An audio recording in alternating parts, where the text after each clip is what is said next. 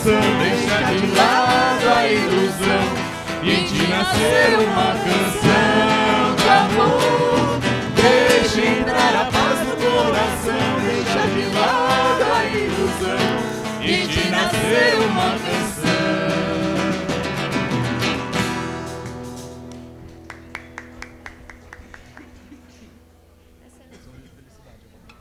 Um rio de felicidade.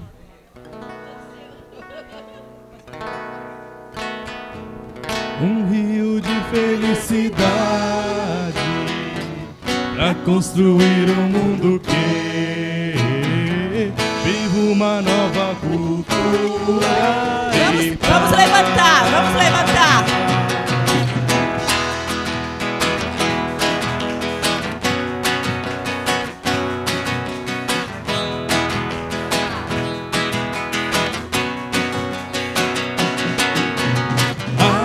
Deserto e vive ao meu redor, rostos tristes e uma solidão sem fim, é só desilusão. Abro os olhos, então percebo que a resposta que a humanidade quer achar já vive entre nós.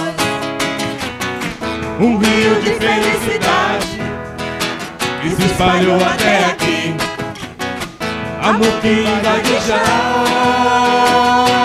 a cidade.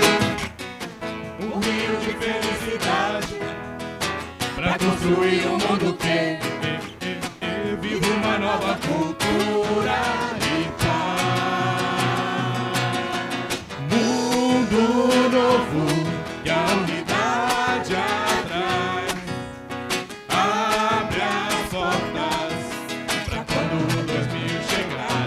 Sem parar, gente viva e ainda sempre mais. Abre o tempo da nova civilização em meio aos homens.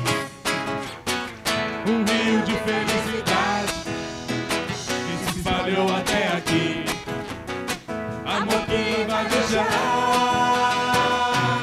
a cidade. Um rio de felicidade pra construir um mundo que vive uma nova cultura de paz. É uma corrente de unidade que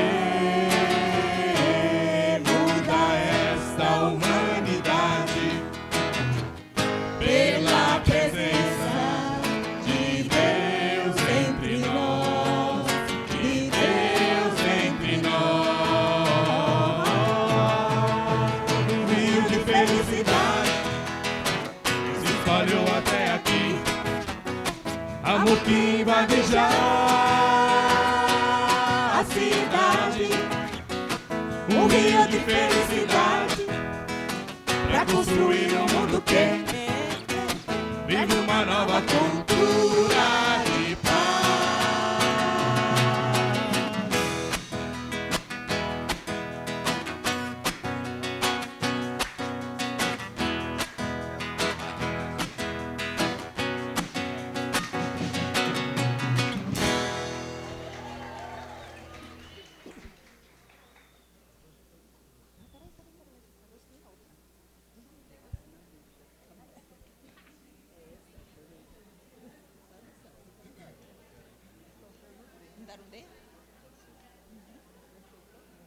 Força da canção.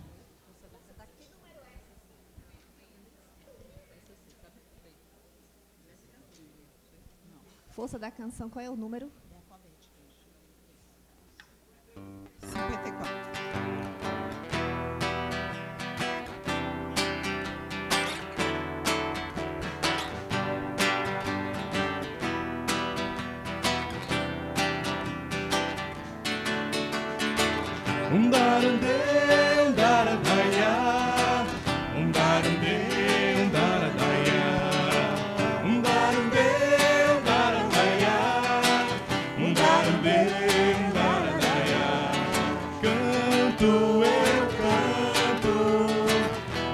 alegria é maior que a tristeza no coração. Eu canto, e o segredo é o amor, que é a força dessa canção.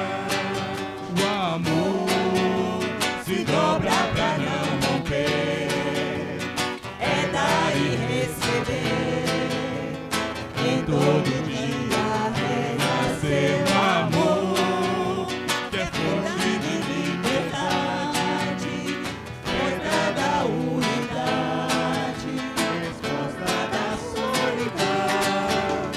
Canto, eu canto, e a alegria é maior que a tristeza no coração. Eu canto, e o segredo é o amor, que é a força dessa canção. Mesmo se o fogo quer se apagar, a hora é de luar. Em cada rosto eu descobri o amor, é vida pra se espalhar. Rio que busca o mar, uma invasão de amor. Canto, eu canto, e a alegria é maior que a força no coração. Eu canto, e o segredo é o amor, que é a força dessa canção. Um darundê, um darandaiá, um darundê, um darandaiá, um darundê, um darandaiá, um darundê, um darandaiá.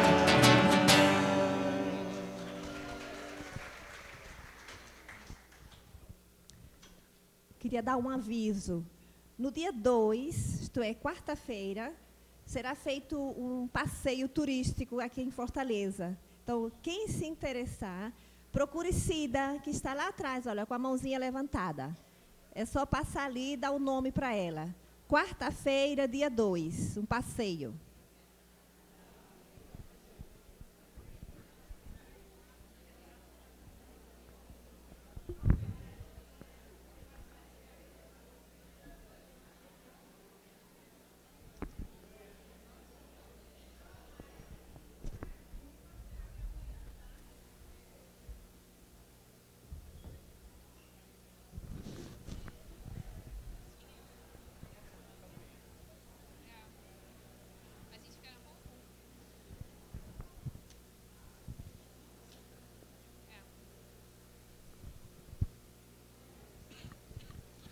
Todo mundo lançado? Todo mundo pronto para mais um pouco? Deu para conversar um pouquinho lá fora. Continuar o cochicho. Agora a gente vai fazer um pouco também de ouvir, né? As experiências concretas. Tem alguns irmãos aqui que vão partilhar com a gente algumas experiências que têm vivido na igreja. E agora, para começar, a gente queria chamar a Valesca e o Diego, de São Paulo, para contar para a gente um pouco como eles vivem o diálogo na cidade deles.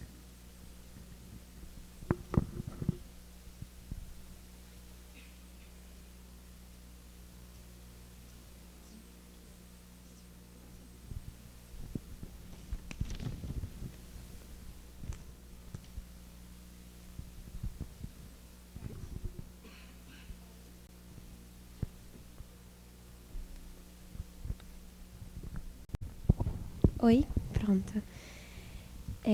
Assim como a Ivone contou um pouquinho ontem a experiência para a Comissão dos Leigos, a gente também tem um diálogo um pouco mais próximo, né, mais estreito, com a Comissão para a Juventude da CNBB. Vocês sabiam que existe uma comissão preocupada só para cuidar dos jovens?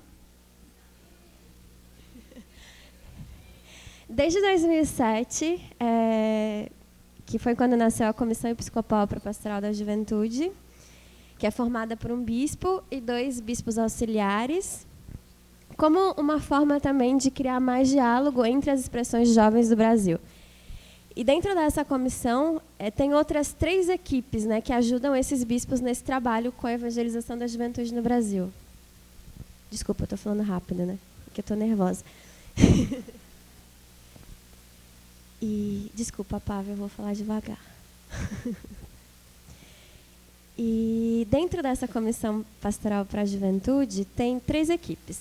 Uma que é chamada de Coordenação Nacional de Jovens, que ela é formada por 10 jovens, que representam os movimentos, as novas comunidades, as congregações e as pastorais para a juventude.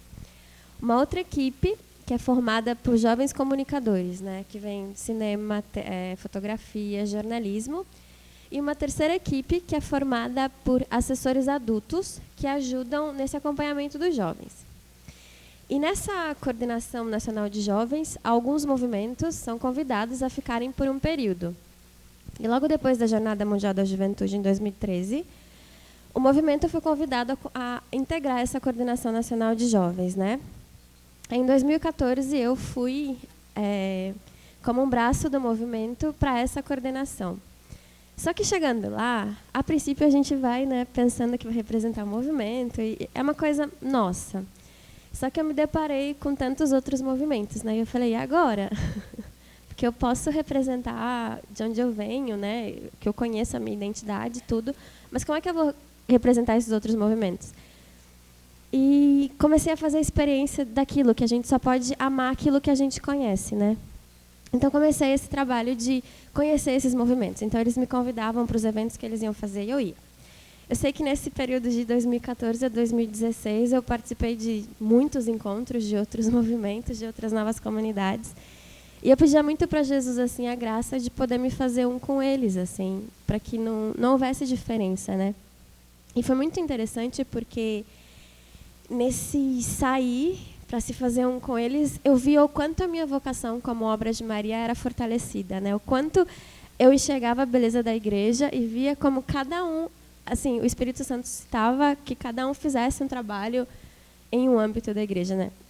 E foi muito legal. E como a Ivone também contou ontem, existe um esforço muito grande de fazer com que haja o diálogo e a comunhão. Faz devagar, desculpa.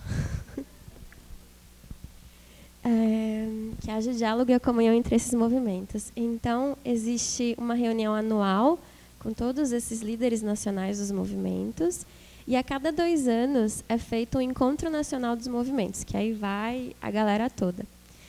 E em 2014 a gente começou com essas reuniões anuais, e surgiu a necessidade de se preparar um encontro nacional com todos. Aí, vamos pensar que existem 18... Assim, a gente tinha um contato efetivo e afetivo com 18 movimentos. Como é que a gente vai trabalhar com tudo isso, assim, né? Realmente pedir uma graça especial para Deus. E a gente preparou tudo junto, e depois a gente também incluiu as novas comunidades, que são mais 30 e não sei quantas, assim, que a gente tinha esse contato. E nessa preparação, assim, na partilha, eles sabiam um pouco que nós do movimento vivíamos as cores, né? Aí a gente propôs de fazer as equipes através das cores. Só que em cada equipe tinha um membro do movimento, um membro da nova comunidade e um representante do setor juventude da Arquidiocese de Belém. Então, eram 3 pessoas como ponto para essas equipes. Lógico que a gente teve muitas dificuldades, muito Jesus abandonado, assim. Mas o que ficou dessa experiência foi, assim, né, depois, para vocês terem uma ideia de uma dificuldade grande, faltavam 3 dias para acontecer o encontro em Belém. E, faltando 3 dias, o lugar que ia receber esses 400 jovens não ia poder mais. E a gente já não tinha mais lugar para acolher esses jovens, né? Então, foi muito, muito complicado. Mas, enfim, deu certo, a gente conseguiu o lugar, né? E, no fim, a gente via que era a mesma experiência. Se o grão de trigo que cai na terra não morre, ele não gera frutos, né? Então, ver a alegria daqueles jovens e de tudo era muito, muito especial.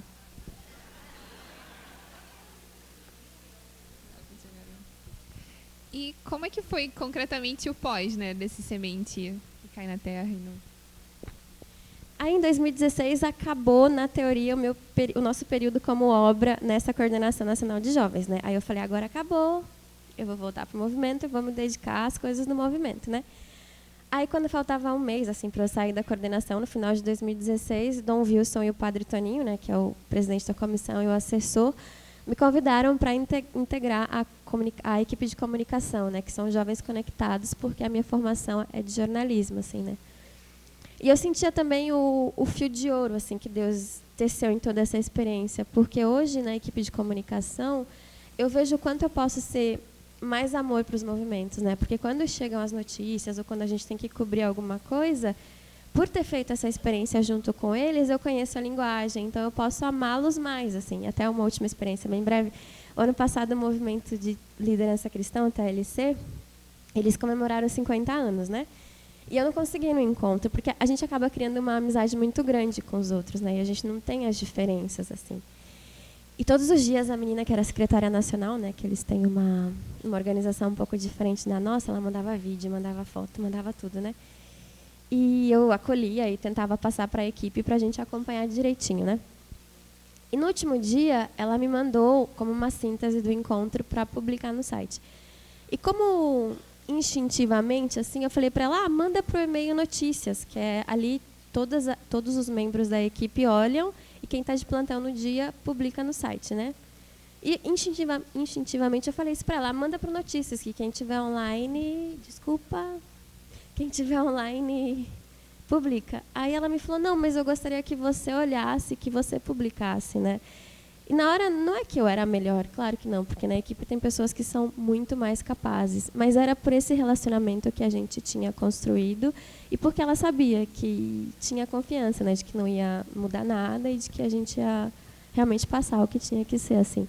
E essa experiência todos os dias, assim, que continua, né, nesse amor e nessa família largada, que não só nossa, mas também com os outros movimentos. Como viver concretamente o diálogo, né? Parabéns pela experiência. Obrigado. A Valesca falou sobre uma experiência a nível nacional, né, CNBB. Agora o Diego vai contar uma experiência a nível diocese, né, uma igreja particular de São Paulo. Bom dia. Tudo bom? Colega, pode colocar o F5 já nesse PowerPoint. Isso. Vocês vão acompanhar imagens de encontros de um grupo de diálogo interreligioso chamado Jovens pela Paz. Esse grupo é composto por jovens das 3 grandes religiões monoteístas, ou seja, o judaísmo, o cristianismo e o islamismo. Como que esse grupo surgiu? A partir de um contato, um convite de lideranças religiosas em São Paulo, que já trabalham com o diálogo interreligioso, eles convidaram jovens nas suas comunidades, que já têm um empenho, né, a participarem desse grupo. Eu fui convidado pelo cônego José Bison, que ele é responsável pelo ecumenismo e diálogo interreligioso na Arquidiocese de São Paulo, a participar, a dar um pontapé inicial nesse grupo. O mesmo fizeram as outras lideranças religiosas nas suas comunidades. O que esse grupo faz? A gente se encontra, também tem toda uma formação religiosa, a gente estuda os textos sagrados de cada religião, vê os pontos em comum. O que é interessante é que a gente percebe que existe mais convergência do que divergência, com certeza. Até porque nós somos religiões de matriz abraâmicas, né? Então, é muito interessante esse grupo, porque além dessa formação do conhecimento mútuo, a gente também tem as ações práticas. Porque as 3 religiões também têm essa convergência do fazer. Pra gente, ainda mais entre os jovens, né? A gente gosta de conhecer um pouco a religião do outro, mas tá, e aí? Vamos fazer o quê? Em prol do quê? Então a gente tem bastante atividades concretas. Um exemplo que eu posso dar, existe uma instituição internacional que vocês devem conhecer, a Caritas, e lá em São Paulo tem a Caritas Arquidiocesana. Então, existe uma realidade muito forte no mundo inteiro, no Brasil não é diferente, dos refugiados, né? Então, sempre eles precisam eles têm algumas necessidades básicas de higiene, roupa, alimentos. E aí, sempre que possível, a gente consegue mobilizar as comunidades, as 3 religiões, para angariar doações, e a gente leva para a Caritas ou outras instituições também que estão precisando. Outra coisa interessante também é que a gente evita importar os problemas. A gente sabe como que é o problema no dia a dia, Israel-Palestina ou com qualquer outra grupo extremista. Então, a gente sabe o que acontece lá fora, mas a gente evita importar, porque acaba criando conflito interno também quando a gente importa demais. Já teve casos no grupo que a gente tem no WhatsApp de uma pessoa que, por mais que vive essa unidade conosco, tem um pensamento divergente que é referente à questão Israel-Palestina. Então você acaba tendo que mediar isso no grupo. Então a gente fala, ó, não vamos importar, vamos fazer com que, com base nesse problema, o que a gente pode melhorar aqui? Fazer algumas ações que a gente mostra, ó, estamos unidos com vocês, mas sem criar esses atritos, sabe? Então o grupo é muito bacana, eu gosto muito, eu me envolvo bastante com ele, porque eu acho que é uma riqueza muito grande para a nossa igreja particular, mas essa questão do diálogo, principalmente entre os jovens, porque eles já vão crescendo com esse pensamento do diálogo, sabe? No mundo que a gente vê tanta divisão, o diálogo entre as religiões, isso é muito importante.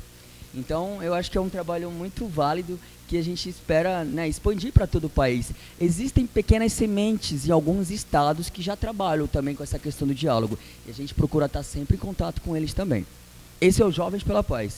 Você comentou mais cedo também sobre uma atividade em São Paulo, na Segunda na Paulista. Fala um pouco pra gente como é que é. Legal. Segunda na Paulista é o próximo PowerPoint. Tá na mesma pasta. Tá escrito Segunda na Paulista. Você pode minimiza a tela desse PowerPoint. Isso. Vai abrir a pasta. Tá aqui embaixo. Algum lugar. Então você clica aqui, ó. Primo diálogo. Isso. Segunda na 30/4. Ok. Pode clicar na pasta. Em cima, aqui, ó. Isso. Pode clicar. Segunda na Paulista, é o último. F5. Isso.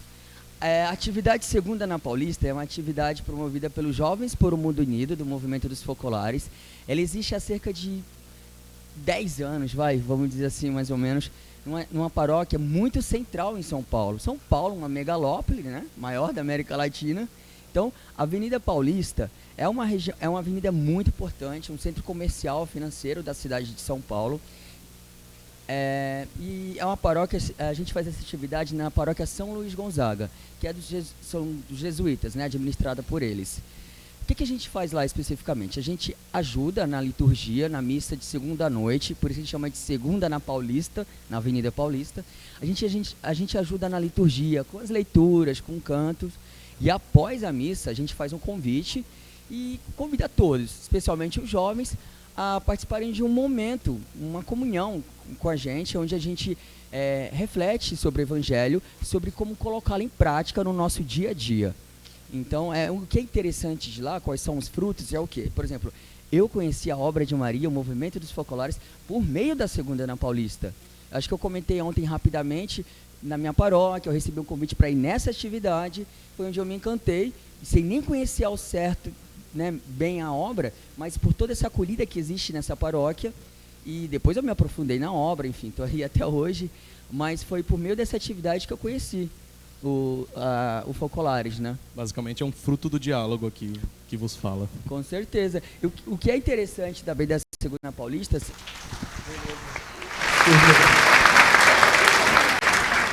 Só para fechar, o que eu acho muito interessante, que foi o que também me encheu os olhos, é a acolhida que tem dos jovens com as pessoas que frequentam a atividade. Porque lá em São Paulo, para quem já foi lá, é uma cidade muito grande e não tão acolhedora, dependendo da situação. E as pessoas que vão para lá para estudar, para trabalhar, estão longe das suas famílias, dos seus amigos, e lá a gente se sente muito acolhido nessa atividade. Então não tem como você não voltar para lá. E toda segunda-feira tem gente nova. É muito legal. Obrigado pela experiência. É bacana de ver porque a Segunda na Paulista é uma paróquia, né? Onde o movimento está ali atuando, doando o dom da unidade, que vários jovens passam por ali e participam, né? E também a gente não deixa de estar na paróquia, de partilhando esse dom, né, que tanto contribui. Eu também sou uma experiência de vida de paróquia, como o Diego, conheci o Ideal na paróquia. Agora a gente vai convidar o casal Edmilson e Terezinha, de Brasília, se eu não me engano, que vão contar pra gente um pouco da experiência do segundo diálogo que eles vivem lá.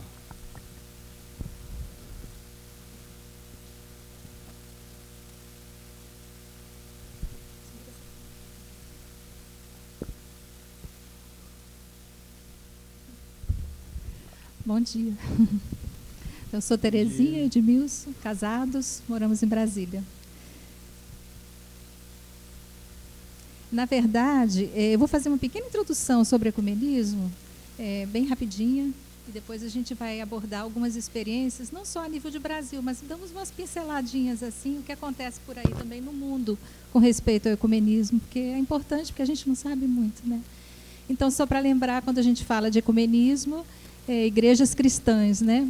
Aqui todos vocês sabem, mas existe um pouquinho de confusão, às vezes as religiões de origem afro, aí às vezes as pessoas falam, vamos fazer ecumenismo, e não é assim, né? São mesmo as igrejas cristãs. Então, como vocês sabem, a igreja nasceu dentro do Império Romano, mas desde o início já havia muitas diferenças entre a parte oriental e ocidental na maneira de encarar aquelas verdades do Evangelho, né? Então, os dois mundos muito diferentes, né? As tradições, as culturas, até que em 1154 houve o cisma, né? Se rompeu, foi a primeira divisão que a igreja sofreu. Então, ficou a Igreja Católica e as igrejas ortodoxas, né? Que dura até hoje. E depois, 500 anos depois, né? 5 séculos depois, veio a segunda divisão, que é a chamada Reforma Protestante, né? Que foi empreendida pelo monge agostiniano Martim Lutero. Então, por que se deu essa divisão, né? Vocês lembram que nessa época a igreja sofria uma prova, né? Uma crise moral do clero, né? A venda das indulgências, né? E o Lutero, esse monge, também vivia uma crise existencial, né? Ele era muito angustiado com a própria salvação, porque ele por mais que tentasse, se confessasse, rezasse, ele sempre se via caindo, pecando, e isso levava a uma angústia muito grande. Como é que eu vou me salvar, né? Então, diante de todo esse sofrimento, ele encontrou uma resposta na carta de São Paulo aos Romanos, capítulo 1, né? Quando São Paulo falava que o justo, né, se salva pela fé, né? Nós somos justificados pela fé em Jesus. Então, essa palavra justificado no Oriente, ela é no sentido assim de salvos, né? Então, nós nos salvamos mediante nossa fé. E a salvação é uma graça, vem por graça de Deus, né? Não é por mérito nosso. Isso que criou uma confusão na época, né? Porque não se entendia como é que é pela fé, achava que era só pelas obras. E as obras são consequências, né, da fé. Então, essa é a chamada doutrina da justificação, que ficou bem famosa porque foi uma causa assim, da excomunhão e da separação.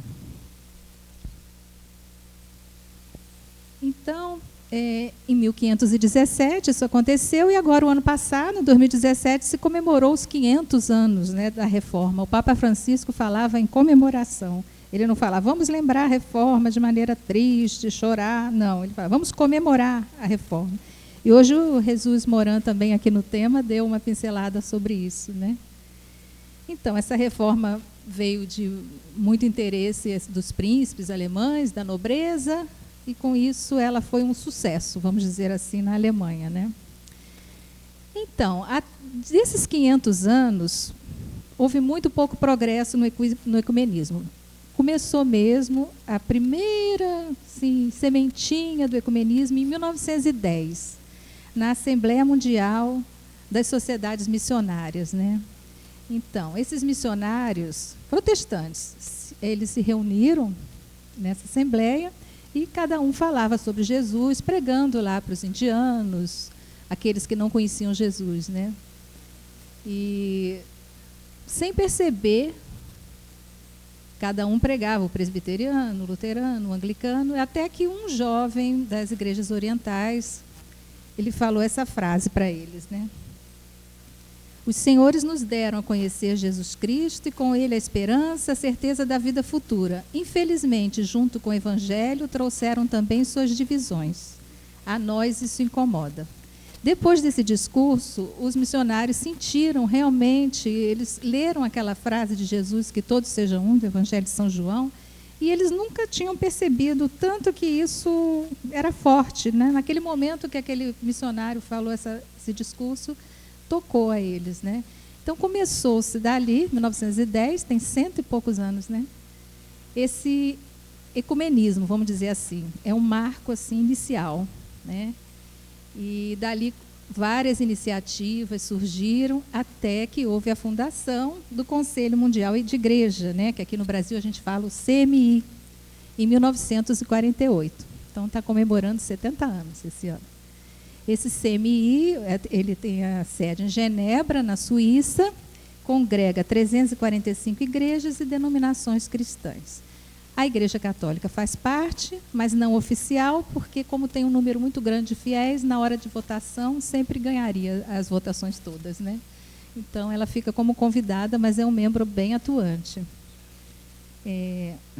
A Igreja Católica começou no ecumenismo em 1960, com o grande concílio ecumênico Vaticano II, né? Como já foi falado tão bem hoje aqui, né? Então, o Papa João XXIII congregou esse concílio com vários representantes de outras igrejas cristãs, e dali ele fez um secretariado provisório, que hoje se transformou no Pontifício Conselho para a Unidade dos Cristãos, né? João Paulo II, na sua encíclica dedicada ao ecumenismo, Ut Unsint, em latim, né, diz: com o Concílio Vaticano II, a Igreja Católica está empenhada de modo irreversível a percorrer a via ecumênica. Então, ele fala assim, o Papa João Paulo II falava, né? Se antes os católicos não podiam participar de encontros ecumênicos, hoje eles não só podem, como devem participar. Então, se para as outras igrejas o ecumenismo é opcional, para nós da Igreja Católica ele é obrigatório. Eu acho muito assim, bacana um texto que eu li aqui, do Jesus Castelhano, sobre a unidade. Eu vou ler rapidinho, assim, só para a gente se lembrar. O capítulo 17 do Evangelho de João é a mais longa oração que os evangelistas colocaram na boca de Jesus. Nesse longo capítulo, oração, encontram-se as atitudes mais autênticas da relação de Jesus com o Pai. Foi definida oração da unidade. Em todo caso, pelo seu tom angustiado, é o testamento de Jesus, ou a oração testamento. A oração de Jesus é, antes de tudo, filial e feita em voz alta, diante do Pai e dos discípulos. Ele diz Pai 6 vezes nessa oração. Então, nós, os discípulos, somos envolvidos nela, ainda que de modo precário, mas será definitivo no paraíso. Jesus poderia ter rezado em silêncio, mas quis rezar em voz alta, para que nós ouvíssemos, né? E faz uma série de pedidos, mas que termina em que todos sejam um. Ele ama a todos sem excluir ninguém. Após toda essa contextualização muito rica para a gente está curioso para ver a experiência concreta de vocês. Então, nós, como encarregados do ecumenismo assim, no Brasil, a gente tem lá em Brasília, onde a gente mora, e temos também uma série de experiências que acontecem no Brasil, mas é o Edmilson que vai falar. Alô? Eu começo assim falando, né, da importância que Chiara teve no diálogo da Igreja Católica com a Igreja Ortodoxa, né? Foi fundamental o papel dela, né? Ela foi intermediária durante o pontificado de João Paulo II, né, do relacionamento com a Igreja Ortodoxa, com Atenágoras e Paulo VI. Hoje também existe uma celebração entre a Igreja Católica e algumas igrejas orientais, onde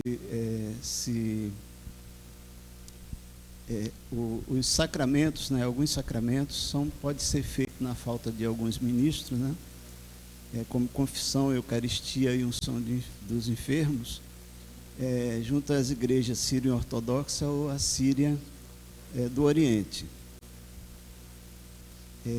Em 1999, foi celebrada uma declaração conjunta entre a Igreja Católica e a Igreja Luterana, né? Sobre a doutrina da justificação. Depois de 500 anos, eles chegaram à conclusão que não existe motivo de discórdia, né? Nesse sentido. Em 2013, foi publicado um documento entre a Igreja Católica e a Igreja Luterana sobre do conflito à comunhão, que foi preparado pelo Pontifício Conselho da Unidade dos Cristãos e a Federação Luterana Mundial. Em 2016, o Papa Francisco foi à Suécia, né, na cidade de Lund, em comemoração aos 500 anos da Reforma. E celebrou com o responsável, né, o secretário-geral da Federação Luterana Mundial, pastor Martin Jung, que agradecia todo aquele evento, dizendo que era em favor da justiça e da paz, num mundo dilacerado de conflitos e violência. Também na Europa existe um movimento Juntos pela Europa, que congrega 300 movimentos e associações, que visa testemunhar que a unidade é possível. Aqui no Brasil, a gente celebra, uma semana antes do Pentecostes, a Semana de Oração pela Unidade dos Cristãos, que é muito interessante. Surgem em todo o país experiências maravilhosas, né? A única pena é que muitos párocos, às vezes, não sentem tanto essa parte ecumênica e não divulgam tanto nessa semana. Então, muitos católicos até não ficam sabendo, né, desses eventos. Em 2017, houve a Semana Ecumênica em Castel Gandolfo, né, onde participaram 700 pessoas de 41 países e 49 denominações cristãs, né? Foi interessante que... E aqui do Brasil foram 32 pessoas, inclusive o Padre Bison, que apareceu aí nessa... Sim. E foi muito, muito lindo quando se celebrava, né? Teve um dia que a gente foi às catacumbas, que se celebrou conjuntamente, né? Naquele local sagrado, a gente via que não existia divisões, né? E pelo Brasil afora existem muitas experiências. Em Goiânia, por exemplo, a cidade do diácono Ramon, tem um trabalho maravilhoso que a comunidade faz, né, junto com os evangélicos, né, de acolhida aos refugiados. Então, eles se preocupam com bens materiais, né, mantimentos, aula de português, cursos profissionalizantes e também uma palavra de esperança, né, que é levar a palavra do Evangelho, né, de Deus. Em Aracaju também teve uma experiência maravilhosa de um pastor que contou na Mariápolis que ele faz parte de um grupo ecumênico e ele teve um problema de depressão e durante esse problema ele teve que ser afastado das suas funções, né? E parece que ele ficou relegado, né? Ninguém o visitava. Só o bispo católico, né, que procurou fazer visitas para ele e estar com ele e encorajá-lo, né?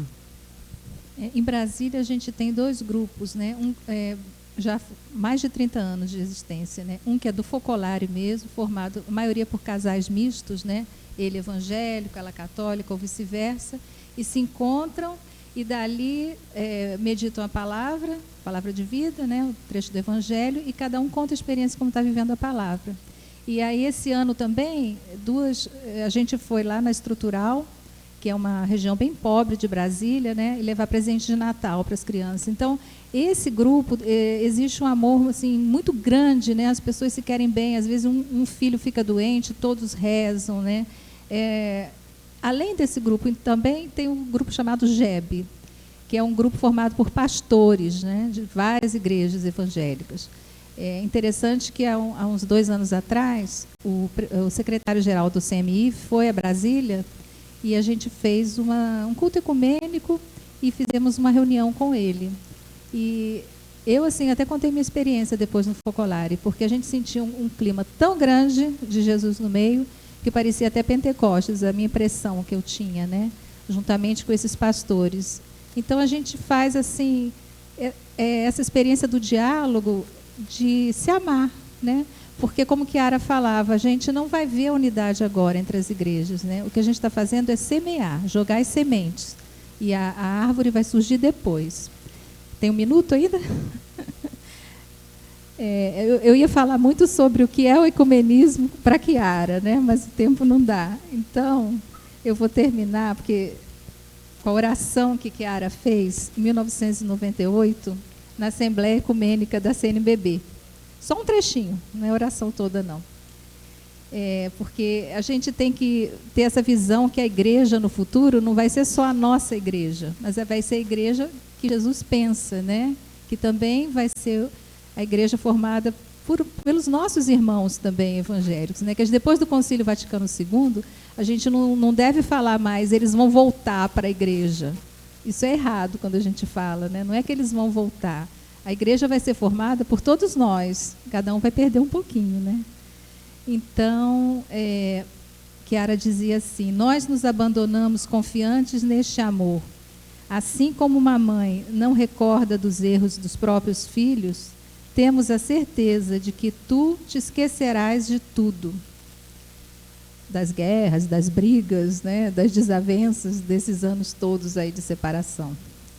Então, Jesus, permite que sejamos teus instrumentos, que as nossas mãos unidas e muitas outras comecem a trabalhar pela unidade, pois se ninguém semear, ninguém colherá. Creio que vivos não veremos aquela belíssima igreja, tal como tu a fundaste, porém do paraíso esperamos vê-la.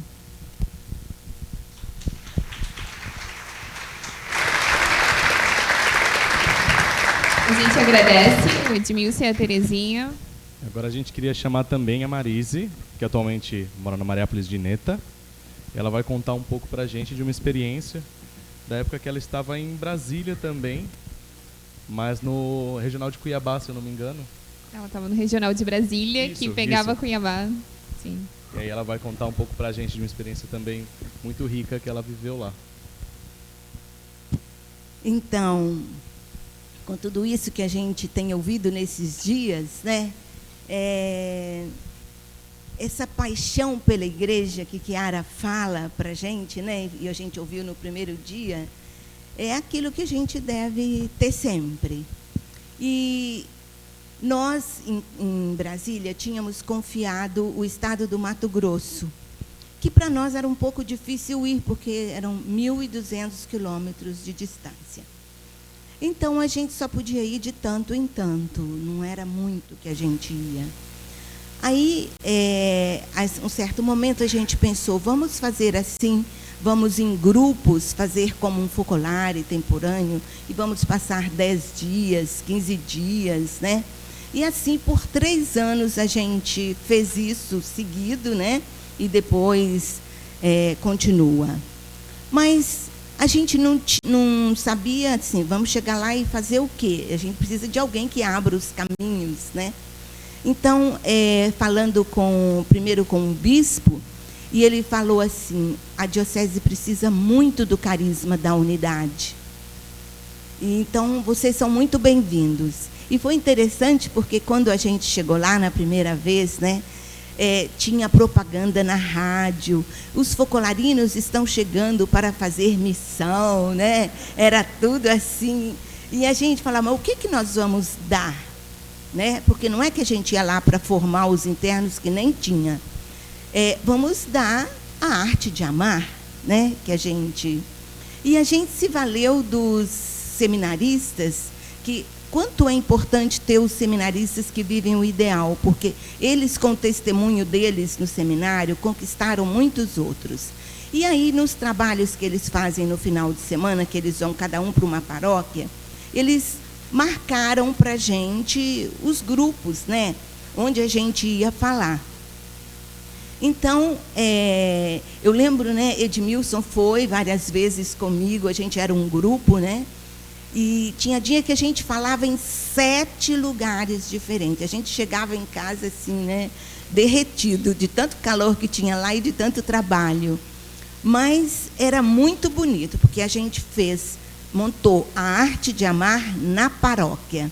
Então, a gente falou para grupos de acólitos, para grupos da RCC, de encontro de casais com Cristo, crisma, tudo enquanto era grupo, era coisa assim mais variada, né?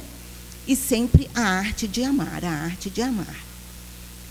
No segundo ano que a gente foi lá, um dia, indo no mesmo grupo que a gente tinha ido no ano anterior, fazendo um encontro com eles, veio um jovem ao meu encontro e me diz assim: eu precisava te encontrar para lhe dizer uma coisa. Quando a senhora falou na arte de amar, que tem que amar os nossos inimigos, eu lembrei logo do meu pai. Há muitos anos eu não falava com meu pai, embora morando na mesma casa. Naquela noite, quando eu saí daqui do encontro, cheguei em casa e passei pela porta do quarto do meu pai, que estava aberta, e falei: agora eu tenho que ir. Mas eu não tive coragem de ir na mesma hora. Fui no quarto respirar fundo para pensar o que eu ia dizer para o meu pai, e voltei, pedi desculpa ao meu pai, e hoje a gente tem um relacionamento muito bacana. E eu queria lhe agradecer a vocês. Depois, no terceiro ano, quando a gente volta, um padre veio falar conosco dizendo: olha, eu preciso dizer que a cara da minha paróquia mudou com a arte de amar.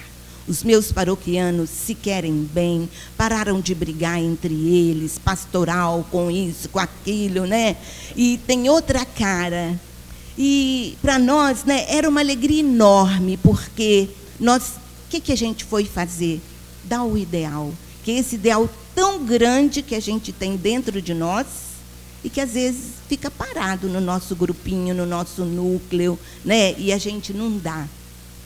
E aí eu fui-me embora do Regional de Brasília, tem um ano, e no ano passado, a um certo momento, eu fico sabendo de uma experiência muito linda, que ali, em Cuiabá, como fruto que muitos receberam, muitos padres, assim, da arte de amar, que as pessoas tinham gostado tanto, aí o ano passado foram fazer um encontro para os catequistas da arquidiocese. Eram 1.400 catequistas.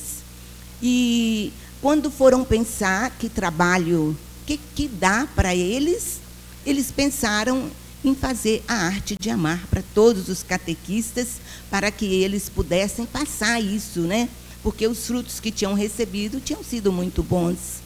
E aí, para nossa alegria, a editora Cidade Nova teve que reeditar o livro A Arte de Amar, e eles distribuíram 1.400 livros da Arte de Amar para a arquidiocese inteira, e desses catequistas, são 22.000 catequizandos, né, que vão receber a formação da Arte de Amar. Então, era só assim um pouco isso, ver o quanto com pouco a gente pode fazer com que o ideal chegue a todos, né? É um pouco. O pouco com Deus é sempre muito, né? É verdade. Obrigado, Marise. Obrigada, Marise. Então a gente viu um pouco dessas experiências ricas que trouxeram aqui pra gente. E agora a gente queria deixar o microfone aberto para que vocês tragam pra gente experiências e façam comunhão também. Lembrando, fato, frase, fruto. O que aconteceu? Do que você se lembrou? Qual foi o fruto que isso trouxe? Então, quem quiser, não precisa empurrar, pode vir um de cada vez. O microfone está aberto aqui na frente.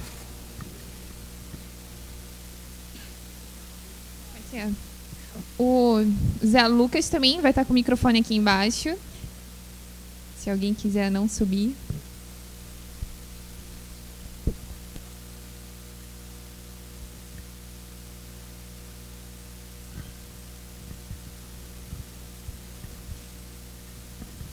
Bom dia.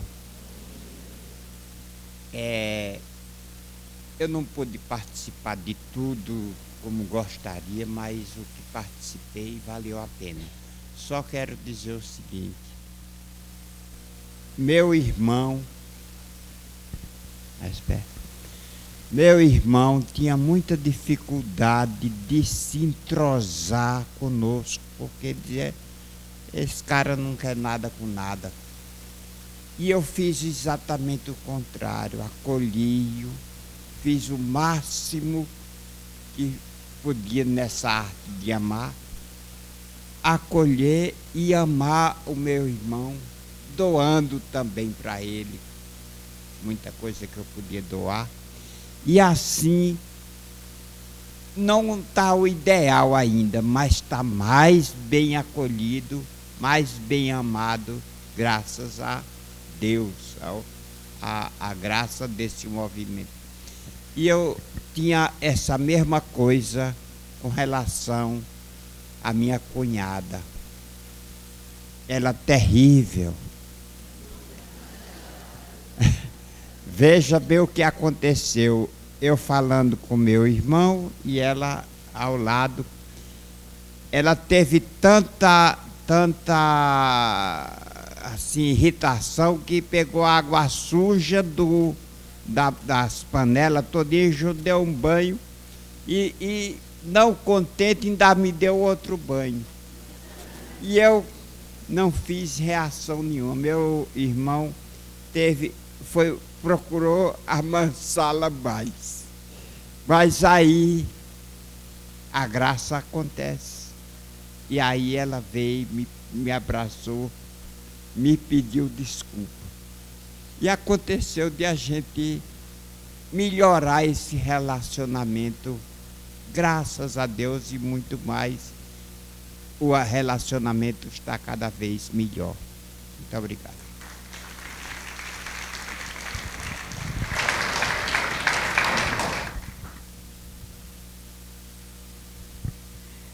Eu sou Beth, da Focolare de Bauru, sou focolarina casada. Moro em São Carlos e na minha cidade nós tivemos a oportunidade de participar da comemoração dos 500 anos com os luteranos. Nós fomos com o padre da nossa paróquia e o tema do encontro era agora são outros 500, né? Depois de 500 anos de separação, agora são outros 500. E para nós foi uma graça muito grande que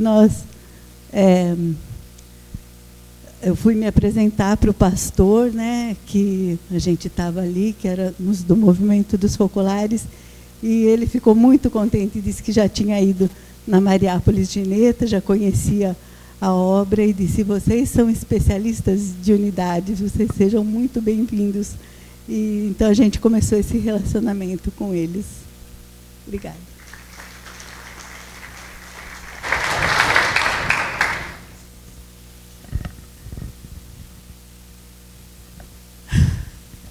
Eu sou a Beth, de Recife, estou em Niterói. Ai, é muito difícil falar assim, mas eu estou começando a conseguir, né? Porque o movimento é muito forte em mim. Quando fala focolares, minhas carnes tremem. E eu procuro sempre viver, né, essa educação que eu recebi do movimento, e que foi assim uma direção em minha vida, né? E as pessoas me acham diferente. Você é muito boa, você é muito boba. Não age assim, você tem que reagir. Mas eles não entendem que eu estou amando, né? Amando. E para os outros parece que a gente, né, é bobo. Mas eu, como professora, agia desse jeito, amava cada mãe que chegava para mim: não aceito esta nota. Ainda mais eu, professora de matemática, né? Então, a gente amava, e aquilo, o resultado vinha a longo prazo, né? Eu pedia assim, sempre que deixasse para que a gente conduzisse, que eu conduzisse, orientando a criança, que os frutos viriam, né? Isso, é uma parte. Hoje, eu recebi, há uns 5 anos atrás, uma coordenação em Crisma. Sou coordenadora de Crisma, né? Catequese de jovens e adultos. E tão difícil falar da gente, né? Então, aquilo para mim foi muito forte, porque a gente servir simplesmente fica mais fácil, né? Mas coordenar é muito difícil. Meu Deus, dar ordem, chegar, olha, você precisa fazer isso. O padre já falou. Os catequistas, os meus catequistas falavam assim. O padre já falou. Nós temos uma reunião. O padre já falou. Então, eu ficava, meu Deus, eu tenho que amar cada vez mais. Mas aquela pessoa, para mim, era chata. Eu com vontade de dizer assim, eu não quero mais ser isso. Não quero, eu vou viver uma vida melhor, viver mais, né, mais tranquila. Né? E quantas vezes me deu vontade de chutar o balde. Não quero mais ser isso. Né? Eu vou evangelizar normalmente, não comandar uma turma. Né? E assim foi indo. E era um sofrimento. Tinha reuniões que eu dizia assim, olha, eu estou colocando meu cargo aí à disposição. Poxa, mas já está rejeitando. Aí depois eu comecei a pensar, ninguém queria aceitar a coordenação. Aí eu falei, não, Jesus sofreu tanto por mim, tanto, e eu como um pouco sofrimento que eu estou tendo, eu quero já largar. Não, eu vou enfrentar agora, eu quero ser coordenadora. Então, aquilo foi melhorando, mas as catequistas sempre me dando problema, mas eu amando. E hoje, este ano, né, eu encerrei uma turminha agora, estamos na mistagogia, assim, tipo um estágiozinho já para a gente colocar a turma. Não, agora você vai caminhar só, né? Não sei se vocês estão entendendo. Então, esse ano foi mais leve, mais tranquilo. Quando eu, sim, me dispus a abraçar, é isso que eu vou fazer. Aceitar essa situação com mais amor, né? Me dedicar mais. Então, Jesus mandou pessoas para me ajudar, trabalhar junto comigo nessa caminhada. Não, tia Beth, pode deixar, eu vou te ajudar. Você não vai sofrer mais, eu vou te ajudar. Porque tinha horas que o sofrimento transparecia em minha face, né? E era doloroso, né? Mas, graças a Deus, agora ficou mais leve. Quando eu comecei assim, a aceitar, abraçar a dor com mais amor, né? Então, a gente sente que as coisas começam a fluir, né? Não sei se eu fui um pouquinho clara.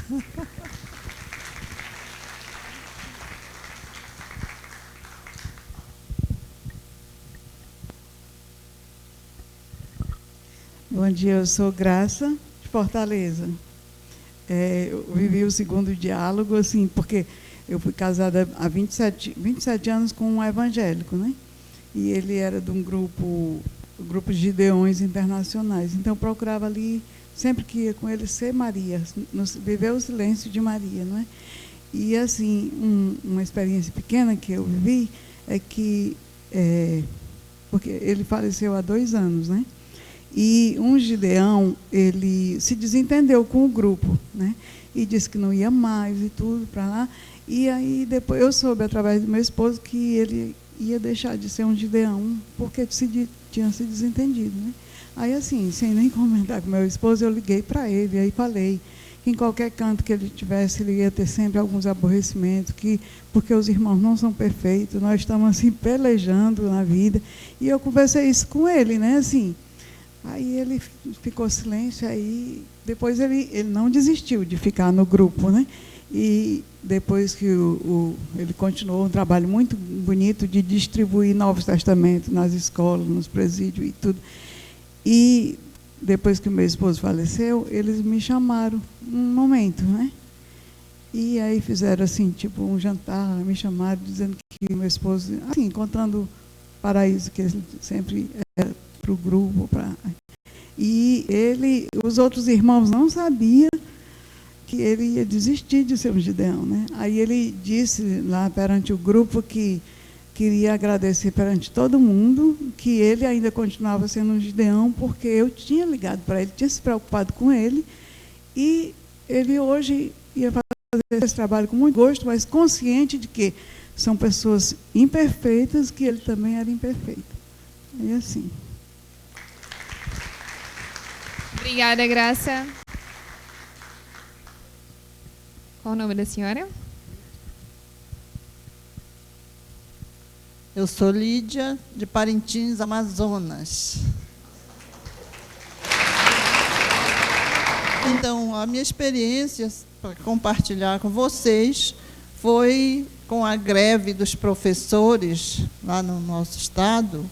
Eu sou professora aposentada há 8 anos e atitudes assim, dessa nova geração de professores que me tocaram bastante, que formamos um grupo de WhatsApp, e aí cada um colocava as suas N informações e revoltas e tudo mais. Aí, em um determinado momento, resolvi colocar alguns pontos da nossa espiritualidade, como dizendo, gente, nós temos que ter respeito pelas autoridades, vamos nos unir, vamos viver em unidade para lutar pelo bem comum. Aí o pessoal caiu de pau em cima de mim. Essa daí é puxa-saco do governador, não sei o quê. Essa daí quer voltar. Aí eu sei que deixei uns minutos no grupo, a minha mensagem, aí decidi apagar. Sabe, eu disse, sabe o que eu vou fazer agora aqui pelos nossos colegas? Eu vou somente rezar. Aí, na segunda reunião da comissão de greve, né, do comando de greve, né, aí me nomearam já como coordenadora dos aposentados. Aí eu disse, meu Deus, o que eu vou fazer aqui diante dessa turma jovem, que eu já estou há 8 anos afastada, e, sabe? Aí eu comecei a dizer, olha, gente, nós estamos lutando contra o poder político, nós estamos lutando contra um sistema, embora vocês mais jovens, eu sempre elogiando, vocês mais jovens estão com toda a tecnologia, estão com toda a informação, os neurônios bem ativos, né? A inteligência bem desenvolvida, comecei a elogiar. Mas, acima de tudo, nós temos um ser superior, que é Deus. Vamos nos colocar, antes dos nossos encontros, vamos fazer um momento de oração, para que a gente viva a unidade, sabe? Aí uns 4 me olharam assim, sabe? Aí a coordenadora geral disse, vamos aderir à ideia da dona Lídia, me chama dona Lídia, tá? Aí eu sei que nós começamos a rezar o Pai Nosso, toda a reunião a gente rezava o Pai Nosso, depois a gente já fazia orações e via outras pessoas também fazendo oração. E um belo dia, o governador achou de ir lá na nossa cidade, que a coisa estava fervilhando, né? Aí chamaram todo mundo e praticamente invadiram lá o hotel onde ele estava, o hotel não, o restaurante onde ele foi almoçar. E, quando ele vai passando, determinados faziam até gestos obscenos. Eu lembro que eu estava próximo assim, de uma colega, professora, e ela fez um gesto daquele. Eu peguei na mão dela, no braço dela. Não faça isso, colega. Você tem que respeitar. Ela virou para mim, a senhora não sabe o que é democracia? Sabe, eu disse, eu sei o que é democracia, mas sei também o que é respeito, o que é, acima de tudo, educação, que nós somos professores, nós somos educadores. Sabe? Aí depois ele passou e foi embora. Aí lá no finalzinho, ela me chama, dona Lídia, me desculpe, mas aquele seu ensinamento foi muito bom. E, para resumir assim, no final, agora, antes de eu vir para cá, todas as mensagens que eles passavam no WhatsApp, eu dizia, vamos viver a unidade da Dona Lídia. Obrigado, Dona Obrigado. Lídia.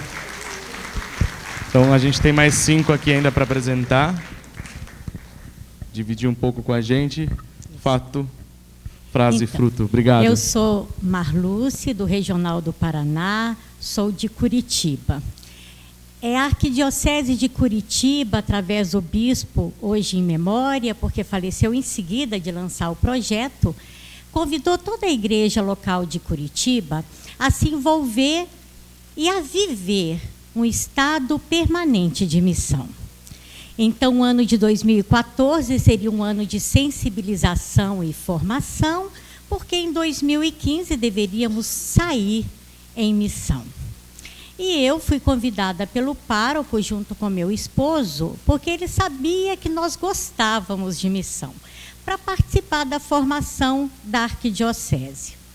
Era um projeto audacioso, pelo menos para a minha paróquia, que fica numa região mais nobre, que dificilmente as pessoas abririam as portas para receber uma dupla de missionários. E dificilmente, no pensar do pároco, também no meu pensar, as nossas lideranças teriam coragem de sair com a Bíblia na mão e testemunhar o amor de Deus. Nosso primeiro desafio, então, era nos convencer que a partir do nosso batismo, todos nós somos protagonistas e enviados em missão. Então, nós sentimos que não era porque o bispo queria, era porque Jesus havia nos dado o mandato. É porque o Papa nos diz, saiamos, né? Seja uma igreja em saída. E o bispo, então, em obediência a Jesus e ao Papa, nos lançava. E eu disse ao padre, olha, eu não sei como faremos, mas uma coisa eu sei. Nós precisamos estar em comunhão com a igreja. Então, se a igreja nos convoca, vamos. E todas as 160 paróquias de Curitiba foram convidadas, então, ao longo de 2014, a nos reunirmos. E iam mais ou menos umas 6 pessoas. Mas aquelas 6, 8 pessoas, fomos construindo juntos, buscando caminhos. E a partir daí, com as lideranças da minha paróquia, fizemos uma assembleia com esse tema, uma formação. E eu pensei, o próprio lema e o próprio nome que se deu ao projeto já é um bom meio de sensibilização. Alegria da missão. E se a boa nova não for motivo de alegria para nós, aí nós não entendemos nada, né? O lema, o que vimos e ouvimos, isso vos anunciamos. E com as lideranças reunidas, eu dizia, será que não vimos e nem ouvimos nada sobre o amor de Deus? Não temos experiência nenhuma para passar? E o projeto era composto de 4 diretrizes, de pistas. Nós devemos sair para servir, sair para dialogar, sair para anunciar e sair para testemunhar a comunhão. Então, a partir disso, a gente conseguiu sensibilizar. E a minha paróquia acabou, por esse desejo de comunhão com a igreja, sendo um projeto piloto, porque lá deu muito certo. Estamos ainda vivendo esse estado permanente de missão, porque foram surgindo luzes. Como deveríamos fazer? Olha, vamos colocar um cartãozinho, vamos mapear a paróquia, entender bem aonde estão as pessoas, quais são os números das casas, vamos nos organizar. Vamos sair, sim, de 2 em 2, como diz a palavra, acreditando que vamos aonde Jesus deveria estar. Como ele disse na palavra, vão de 2 em 2 aonde eu deveria ir. Nos lançamos, mas com organização. Deixávamos um aviso nas caixas de correio. Os missionários virão no sábado, em tal horário, e de tal forma que quem quisesse já esperava. Mas nós fomos surpreendidos, porque em muitas tardes missionárias, mais evangélicos abriram as portas para nós do que os católicos. Porque para o evangélico, alguém chegando na porta dele, tocando a campainha, e que ele olhe pela janela e vê que está segurando a Bíblia, ele não fecha as portas. E ele acolhe. Nós tivemos muitas experiências muito bonitas de nos reunirmos na casa de um evangélico e rezarmos juntos, porque nós estávamos ali para servir, para dialogar, para depois anunciar, mas, sobretudo, testemunhar comunhão. E nessas visitas, na casa de um pastor, ele falou, mas que bonito, eu quero saber o nome desse padre, e eu quero visitar esse padre. Então, estamos vivendo isso, e eu sou encarregada da Arquidiocese de ir em todas as paróquias contando as nossas experiências. Obrigado pela experiência, Marluce.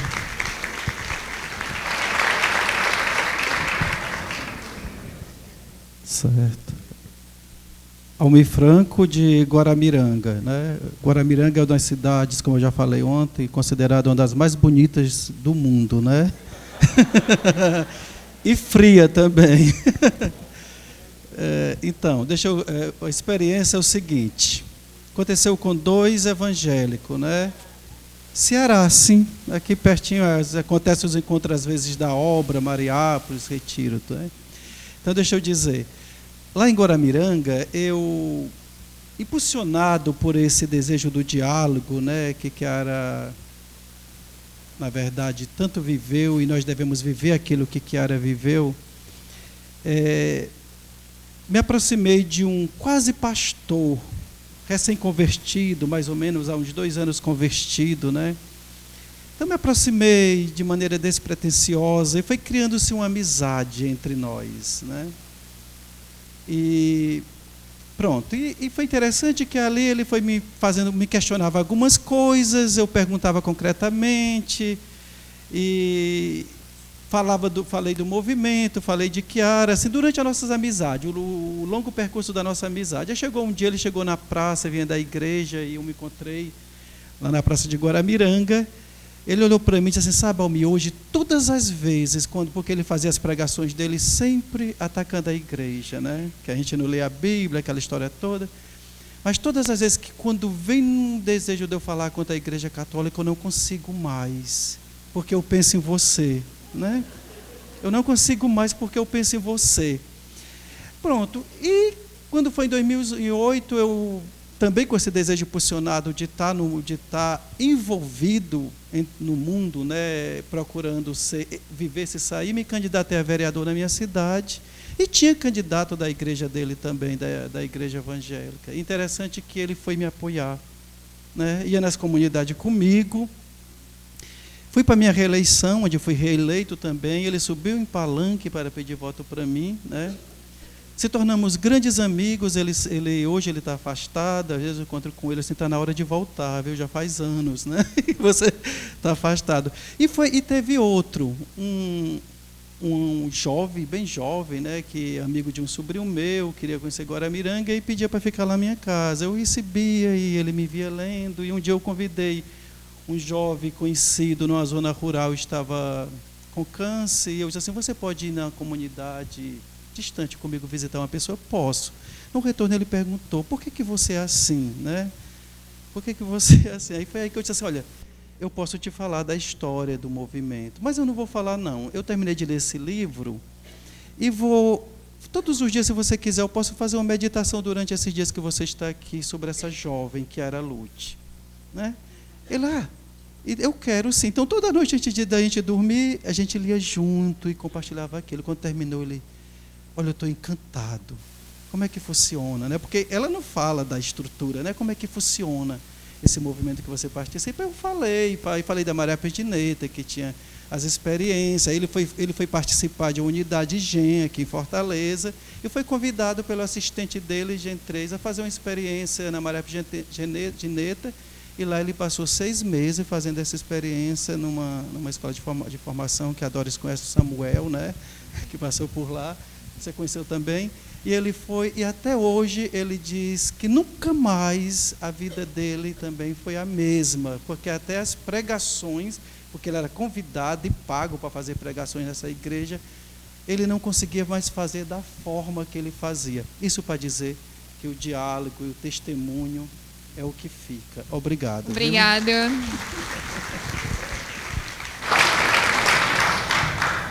Quanto é belo, né? Diálogo gera comunhão, né?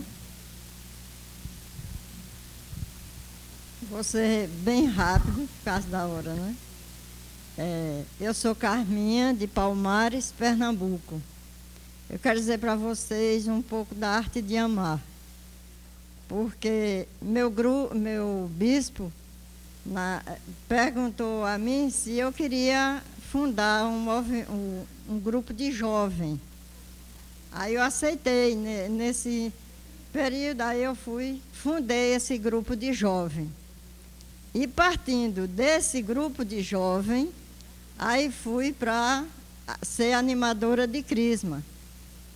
E entre o grupo de jovem e o grupo de Crisma, eu quero dizer a vocês que eu ainda hoje vivo muito contente, porque eu tenho, os meus frutos foram 3 padres e várias sementes dentro do movimento dos focolares. Muito obrigado. Obrigada.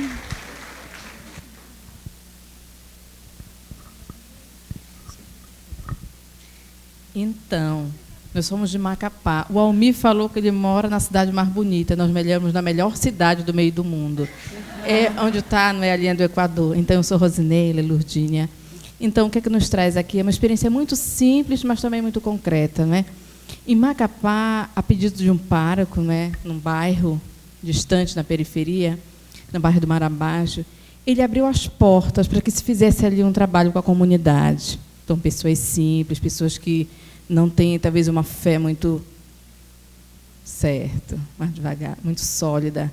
Então, se iniciou ali há 3 anos fazer um trabalho de evangelização, com visitas, com a partilha da palavra de vida, né, se faz ali, mas, sobretudo, para ter um encontro com as pessoas.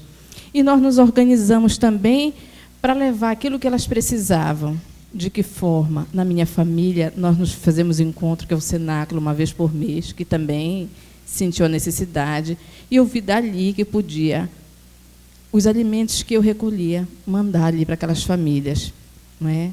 Então, eu vi assim que era uma coisa simples, mas que podia fazê-los contentes. Então, esse trabalho de evangelização tem nos ajudado muito a doar mais, assim, abrir uma parte do nosso tempo ao encontro do outro, sabendo que é um bairro de periferia, tem um horário para ir, é um pouco arriscado, mas se vê que o retorno é muito maior, porque a gente quem dá recebe mais. Então, é com essa disposição que a gente vai ali, é para dar. Mas como esse é um bairro característico onde mora Lourdes, ela vai contar outra parte da experiência. Dentro de todas as experiências que a gente vive, né, eu trouxe agora para a gente compartilhar a experiência que a gente viveu em 2016, né, nessas idas e vindas lá, de um acompanhamento, porque também eu faço parte da Pastoral da Saúde, né? Então, é um primeiro diálogo. E a gente conseguia, então, formar equipes entre as pessoas da nossa comunidade, né, do movimento, de uma idade nova, de famílias novas, e para fazer as visitas nas casas, né, para ver as condições, tudo. E nós escolhíamos depois algumas casas que nós poderíamos passar o ano visitando, né? Então, dessas, a gente escolheu, na verdade, uma que era de uma situação de uma senhora, e que ela é evangélica. E ela estava com um problema muito grave, né? De problema de câncer. E quase assim, mesmo a gente olhava para ela, achava que não ia mais ter volta aquilo, né? Então, a gente acompanhou ela, foi justamente naquele ano da unidade, né? E aquilo era muito forte para a gente, né? As palavras de vida, que é o ano da unidade. E eu levava ela, a gente levava, e ela fazia questão que a gente tinha que ler toda a palavra, não era só a frase, a gente tinha que fazer tudo bem devagar, né? E, assim, chegou no final do ano, ela estava muito bem já, muito bem mesmo. E ela dizia que ela queria fazer um pronunciamento na nossa igreja para agradecer, porque nós tivemos parte naquela cura que ela teve, né? De estar ali todo mês, quase que a gente ia lá e levava alguma coisa, né? Porque a família era muito pobre, o marido tinha ficado desempregado naquela época. Então, foi todo mesmo um Jesus abandonado naquela família, né? E a gente pôde acompanhar e ela, assim, ficar totalmente agradecida, né? E até a filha também sempre cobrava as palavras de vida para chegar a ela, né? Então, era essa experiência que a gente queria colocar, né? De viver o Evangelho. Então, obrigado pelas experiências. Obrigado a todos vocês pela fidelidade nas pequenas coisas. Juntos a gente consegue construir a unidade. E ontem a gente mandou uma mensagem para Emaus. Ela respondeu dizendo: Emaus agradece as belas notícias que chegaram de Fortaleza e vos acompanha com a unidade. Portanto, toda a unidade para andar avante sempre, em Maria, que une todos os carismas. Que lindo, não? Também acabou de chegar o documento 105 da CNBB, está sendo vendido aqui na Cidade Nova, R$15, se eu não me engano. Então, quem não leu pode estar lendo, quem já leu pode levar para quem não leu. Aqui atrás a gente consegue. Então, agora é um aviso muito importante. Pode ser.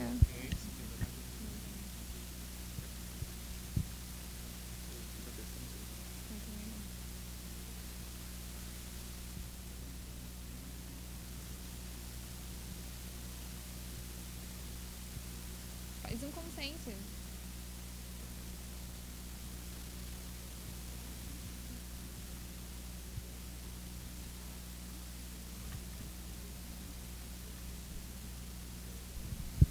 Vamos rezar o Taimalt. Em nome do Pai, do Filho e do Espírito Santo. Amém. Eterno Pai, em nome de Jesus, nós te pedimos que não existam mais guerras e conflitos na terra.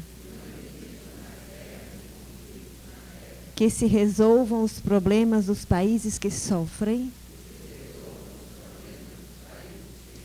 pelas graves situações econômicas, políticas e sociais. Te pedimos, enfim, que o mundo unido seja uma realidade. Ave Maria, cheia de graça, o Senhor é convosco. Bendita sois vós entre as mulheres, e bendito é o fruto do vosso ventre, Jesus. Santa Maria, Mãe de Deus, rogai por nós, pecadores, agora e na hora de nossa morte. Amém. Maria, Rainha da Paz, rogai por nós.